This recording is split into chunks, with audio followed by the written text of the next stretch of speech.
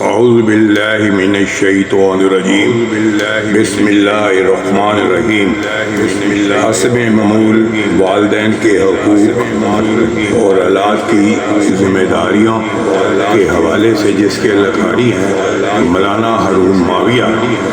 آج جس موضوع پہ ہم بات کریں گے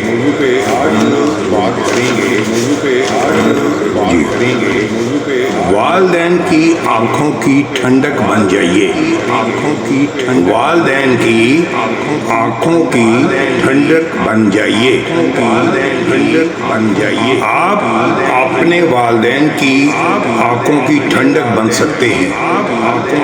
ان صفات کو اپنا کر، جن صفات کی دعا اللہ جل جلالہ کے برگزیدہ انبیاء علیہم الصلاۃ والسلام نے اپنی اولاد کی اور والدین کی سرخروی اور نجات کا ذریعہ بن سکتے ہیں۔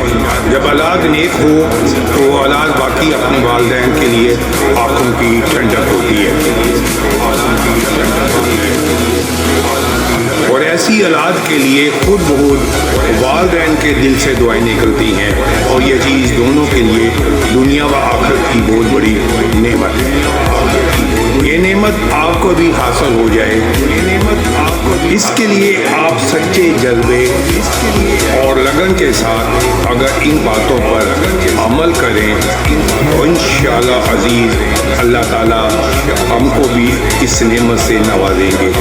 نمبر 1، ان باتوں میں سب سے پہلی بات ہے شرک سے حفاظت۔ اللہ تعالیٰ کے خلیل حضرت ابراہیم علیہ السلام نے اپنی اولاد کے لیے دعا فرمائی، رب اجعل ھذا البلد آمنا واجنبنی وبنی ان اعبد الاصنام۔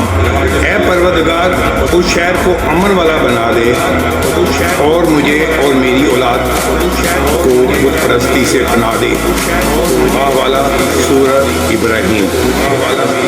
حافظ ابن کثیر رحمۃ اللہ فرماتے ہیں، ہر دائی کو چاہیے کہ وہ اپنے لیے، اپنے والدین کے لیے اور نسل کے لیے بتوں کی عبادت سے دور رہنے کی دعا کرے۔ بحوالہ تفسیر ابن کثیر۔ حضرت مفتی اعظم رحمۃ اللہ اپنی تفسیر میں فرماتے ہیں، انبیاء علیہ السلام اگرچہ معصوم ہوتے ہیں، اس سے شرک و بت پرستی کی بلکہ کوئی گناہ سرزد نہیں ہو سکتا، مگر یہاں حضرت خلیل علیہ السلام نے اس دعا میں اپنے آپ کو بھی شامل فرمایا ہے۔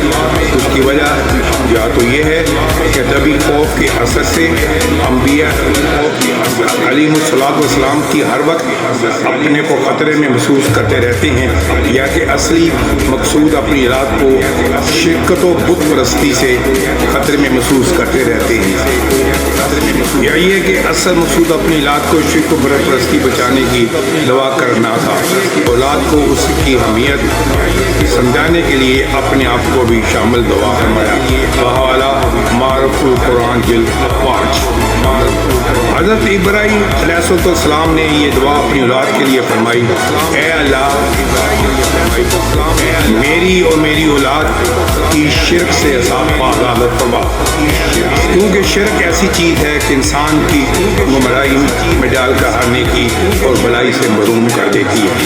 حضرت مفتی اعظم رحمۃ اللہ اپنی تفسیر میں فرماتے ہیں، دوسری آیت میں اپنی اس دعا کی وجہ یہ بیان فرمائی کہ بت پرستی سے ہم اس لیے پناہ مانگتے ہیں کہ ان بتوں نے بہت سے لوگوں کو گمراہی میں ڈال دیا ہے۔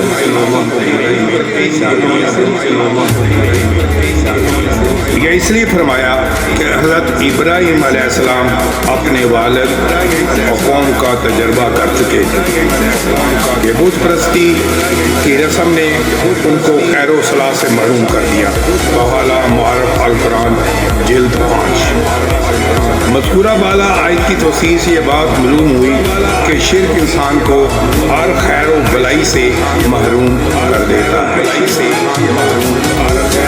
फिर इंसान अपने मर्तबे को बुलाकर हवानियत के मर्तबे से भी नीचे चला जाता है। इसलिए अम्बिया अलैहिस्सलाम ने अपनी औलाद के लिए खास तौर पर शिरक से हिफाजत की दावत फरमाई। एक मोमिन को जितनी खुशी इस बात से होती है कि उसकी औलाद ईमान वाली और शिरक से बचने वाली हो, किसी और बात से इतनी नहीं होती। क्योंकि जब औलाद शिरक से बचने वाली और दीन पर चलने वाली हो तो अपने वालिदैन का हर तरह ख्याल रखती है और उनकी खूब अताअत करती है, तो ऐसी औलाद वालिदैन की आंखों की ठंडक होती है। तो आप भी शिरक से बचिए और अपने वालिदैन की आंखों की ठंडक का जरिया बनिए। साथ साथ शिरक से हिफाजत के लिए इस दुआ का इत्माम कीजिए। अल्लाहुम्मा इन्नी औज़ु बिका मिन अशरका बिका क्या इल्म वस्तगफिरा कमा ला अअलम वाला मसल अमल। ए अल्लाह, मैं तेरी पनाह चाहता हूँ इस बात से कि मैं तेरे साथ किसी को शरीक करूँ और इस हाल में जानता हूँ जो मेरे इल्म में नहीं, इसलिए तुझसे मग़फ़िरत चाहता हूँ। नंबर 2, दूसरी चीज़ या दूसरी चीज़ जिसको प्यार करके आप अपने वालिदैन की आंखों की ठंडक बन सकते हैं, वो नमाज है। नमाज की अदायगी के मतलब जितनी तकीद अल्लाह ताला ने अपने कलाम पाक हुज़ूर अकरम सल्लल्लाहु अलैहि वसल्लम ने हदीस मुबारका में इरशाद फरमाई है, उतनी तकीद किसी और चीज़ के मतलब नहीं फरमाई है। अल्लाह ताला का इरशाद आली है, नमाज को कायम करें आफ़ताब के ढलने से लेकर रात की तरीकी तक, और फजर का कुरान पढ़ना भी यकीनन फजर के वक्त कुरान पढ़ना हाज़िर किया गया है सूरत बनी इसराइल। इस तरह आप सल्लल्लाहु अलैहि वसल्लम ने फरमाया, अस्सलातु अमादुद्दीन बावाला मुतब हदीस, नमाज दीन का सतून है। लिहाजा आप ज़रा गौर कीजिए कि नमाज की दीन में कितनी ज़्यादा अहमियत है, क्योंकि सैकड़ों आयात और हदीस इस पर दुआ है। इसे अल्लाह ताला के मुक़र्रबीन खास यानी अम्बिया अलैहिस्सलाम ने शिरकत से हिफाजत के बाद जिस चीज़ की दुआ अपने औलाद के हक़ में फरमाई वो नमाज है। हज़रत इब्राहीम अलैहिस्सलाम ने ये दुआ फरमाई अपने औलाद के लिए, रब्बी जल्नी मुक़ीमत सलाता मुज़रियती रब्बना तक़ब्बल दुआ वाला सूरत इब्राहीम। ऐ मेरे पालने वाले मेरी नमाज का पाबंद रख और मेरी औलाद को भी ऐ हमारे रब मेरी दुआ कबूल फरमा। सोचिए, गौर कीजिए कि अल्लाह ताला के मुकर्रम नबी जिनको अल्लाह ताला ने अपना खलील बनाया, सैयदना इब्राहीम अलैहिस्सलाम अपनी औलाद के लिए किस चीज़ के लिए दुआ मांग रहे हैं? मालो दौलत की, हुकूमत बादशाह की नहीं, बल्कि नमाज की। नमाज क्या है? अल्लाह ताला ने फरमाया और यकीनन नमाज बेहयाई और बुराई से रोकती है। अल्लाह ताला ने फरमाया यकीनन नमाज बेहयाई और बुराई से रोकती है। सूरतुल अनकबूत। आज तक इतना ही, ये पूरा मौजू जो है वालिदैन की आंखों की ठंडक बन जाइए, एक ही किस्त में नहीं बयान की जा सकती। इंशाअल्लाह इसी को कल दोबारा जारी रखेंगे और फिर ये आंखों की ठंडक जो है ये ठंडक बन जाइए, ये सिलसिला ख़त्म हो जाएगा। आपका अल्लाह ताला हामी नसर हो। खुदा हाफ़िज़।